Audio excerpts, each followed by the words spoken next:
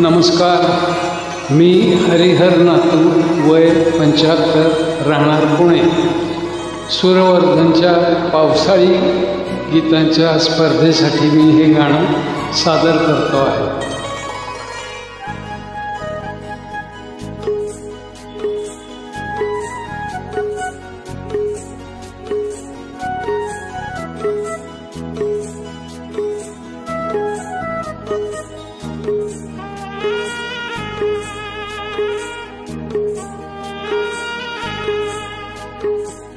rim झिम